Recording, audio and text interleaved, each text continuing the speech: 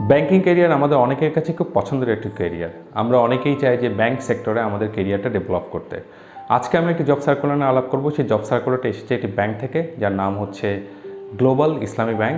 So আমরা এই সার্কুলারটি দেখে নিব যে তাদের কি পদে তারা আহ্বান করেছেন এবং সেখানে আপনার কী কোয়ালিফিকেশনস চেয়েছে, কিংবা সেখানে আপনি কী ধরনের ফ্যাসিলিটিগুলো পাবেন, বেতন কী ধরনের হবে, কিংবা আপনার অ্যাপ্লাই ইনস্ট্রাকশন কীভাবে আপনি সেখানে অ্যাপ্লাই করতে পারবেন, সেই ডিটেল পুরো বিষয়টি আমরা জেনে নেব, যাতে আপনার ব্যাংকিং ক্যারিয়ার গড়তে সুবিধা হয় এবং আপনি এখান থেকে সমস্ত ডিটেলগুলো জেনে নেন। আসসালামু আলাইকুম, আমি রাজীব হাসান আবারও আপনাকে স্বাগতম জানাচ্ছি আমার ইউটিউব চ্যানেল 5 মিনিট নলেজ থেকে। And it's a humble request, subscribe করে সাথেই থাকবেন। সো আজকে যে জব সম্পর্কে আমি বলছিলাম সেটি হচ্ছে গ্লোবাল ইসলামী ব্যাংক একটা জব সার্কুলার দিয়েছেন। সো আজকে এই জব সার্কুলারটা আমি প্রিন্ট করে নিয়েছি এবং এটাই আমি আপনাদের সাথে মূলত একটু পড়বো এবং আমরা ডিটেলটা পোস্টমর্টেম করবো সার্কুলারটার, এবং ডিটেলটা আমরা বুঝে নিব, জেনে নিব যে কীভাবে এখানে অ্যাপ্লাই করতে হবে এবং কী কী তথ্য এখানে দেওয়া আছে। সো আমরা সবাই অলরেডি জেনেছি যে গ্লোবাল ইসলামী ব্যাংক হচ্ছে একটি প্রাইভেট 4th জেনারেশন প্রাইভেট ইসলামী ব্যাংক, এবং এটির ব্রাঞ্চ আমাদের বাংলাদেশের বিভিন্ন জায়গায় রয়েছেন।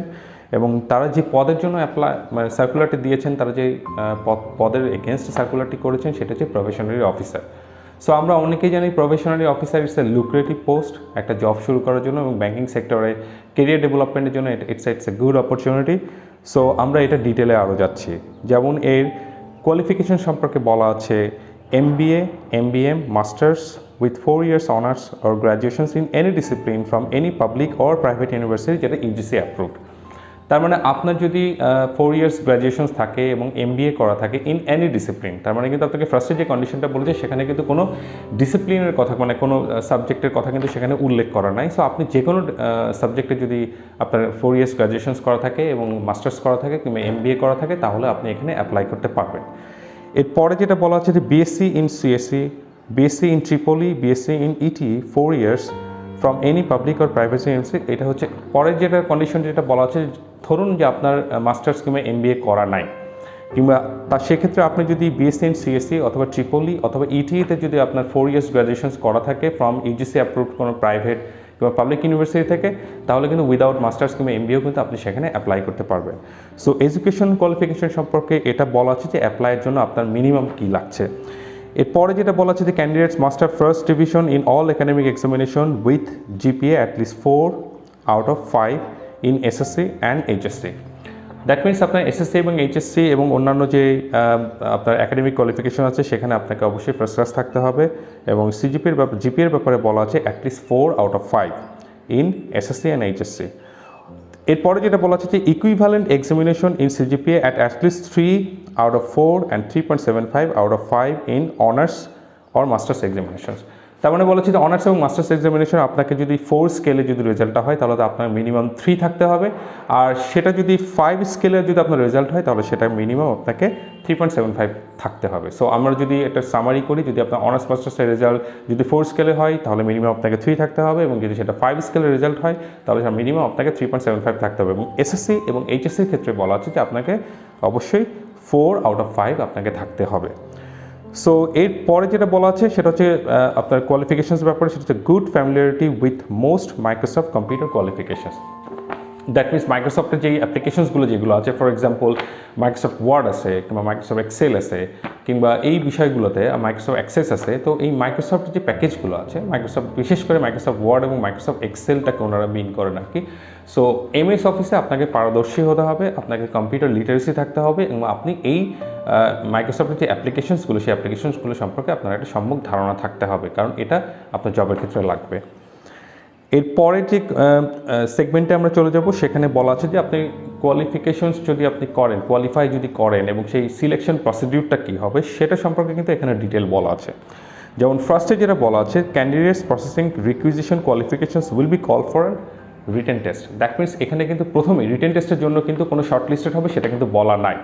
তার মানে আপনি যদি ওরা যে কোয়ালিফিকেশনসগুলো চেয়েছে সেই কোয়ালিফিকেশনসগুলো যদি আপনি কভার করতে পারেন তাহলে কিন্তু আপনি রিটেন টেস্টে সবাইকেই ডাকবেন, যাদেরকে যারা এই কোয়ালিফাই করবেন তাদের সবাইকে কিন্তু রিটেন টেস্টের জন্য ডাকবেন।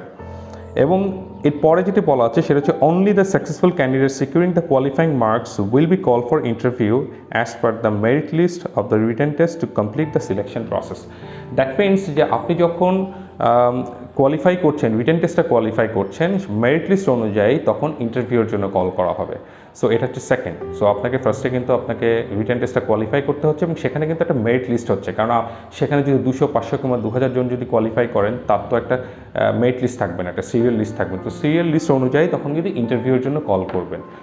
সো এর পরের প্রসিডিউর যেটা বলা হচ্ছে যে selected candidates will be appointed as probationary officer for a period of 1 year with a monthly consolidated pay 48,000 টাকা অনলি।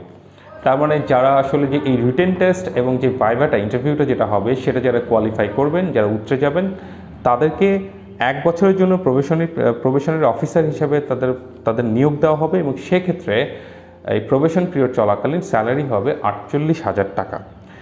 এবং এরপরে যেটা বলা হচ্ছে সেটা হচ্ছে on successful completion of the probation period they will be confirmed as officer under the bank regular scale of pay. That means যদি আপনার এই প্রবেশন পিরিয়ডটা যদি আপনি সাকসেসফুলি কমপ্লিট করেন তাহলে আপনি তো জেনারেলি মানে জয়েন করবেন হচ্ছে প্রফেশনাল অফিসার হিসাবে। সো এক বছরটা আপনি যদি সাকসেসফুলি কমপ্লিট করতে পারেন, এরপরে আপনাকে কনফার্ম করা হবে সেটা হচ্ছে অফিসার হিসাবে। দেন আপনার 1 বছর পরে অফিসার, এবং এখানে স্যালারির কথা বলা নেই, বাট সোফার আই নো এটা 60,000 to 70,000 টাকা আপনার পার মান্থ স্যালারি হয় জেনারেলি যারা প্রফেশনারি অফিসার থেকে অফিসার পদে যেই ব্যাংকের যে রুলসটা সেই অনুযায়ী বললাম।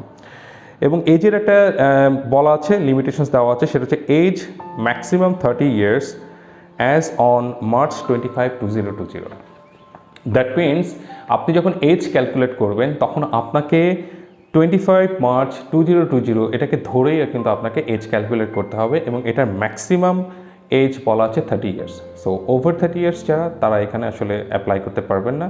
30 years হলে আপনি ম্যাক্সিমাম 30 years হলে আপনি এখানে অ্যাপ্লাই করতে পারবেন না। আবারও বলছি, যখন আপনি এজ ক্যালকুলেট করবেন তখন কিন্তু আজকের দিন ধরে করবেন না যেদিন আপনি অ্যাপ্লাই করছেন, আপনাকে এজ ক্যালকুলেট করতে হবে March 25, 2020।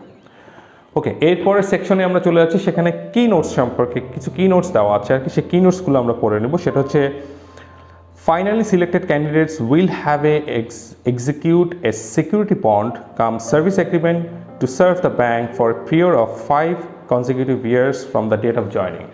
দ্যাট মিনস এখানে যেটা বলা হচ্ছে সেটা হচ্ছে একটা বন্ড আপনাকে সাইন করতে হবে যখন যদি আপনি এখানে জয়েন করছেন, এবং সেই বন্ডটা হচ্ছে বেসিক্যালি 5 বছরের। আপনি ব্যাংকের কাছে কমিট করছেন যে আপনি নেক্সট 5 বছর আপনি এই ব্যাংকে জব করবেন এবং এই ব্যাংকের সাথে আপনি এগ্রিমেন্টে থাকবেন এবং এখানে আপনি জব করবেন। সো সেই ধরনের একটা কিন্তু সিকিউরিটি বন্ড কিন্তু আপনাকে সাইন করতে হবে যদি আপনি এখানে জব করতে চান কিংবা এখানে কাজ করতে চান।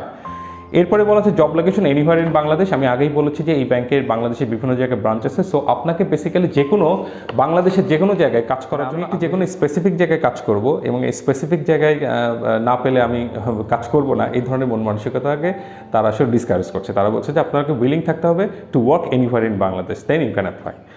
অ্যান্ড থার্ড কি নোটস হচ্ছে যে only published academic results are acceptable and appear certificate is not acceptable. That means academic সার্টিফিকেটগুলো পাবলিশ করা হয়ে গেছে, তো সেগুলো শুধুমাত্র কিন্তু এখানে অ্যাকসেপ্টেবল হবে। ফর এক্সাম্পল, আপনি 4 years গ্র্যাজুয়েশন করছেন ইন সিএসি অথবা ট্রিপলি অথবা ইটি, কিংবা আপনি হয়তো মাস্টার্স করছেন, এমবিএ করছেন, সেটা এখনও রেজাল্ট পাবলিশ হয়নি, সেটা অ্যাপিয়ার্ড, আপনি এক্সাম দিয়েছেন, ফাইনাল এক্সাম দিয়েছেন, সেটা রেজাল্ট এখনও পাবলিশ করা হয়নি। এই ধরনের ক্ষেত্রে বলছেন যে অ্যাপিয়ার্ড রেজাল্টটা এখানে আসলে মানে অ্যাকসেপ্টেবল হবে না, এখানে শুধুমাত্র পাবলিশ রেজাল্টটা অ্যাকসেপ্টেবল হবে।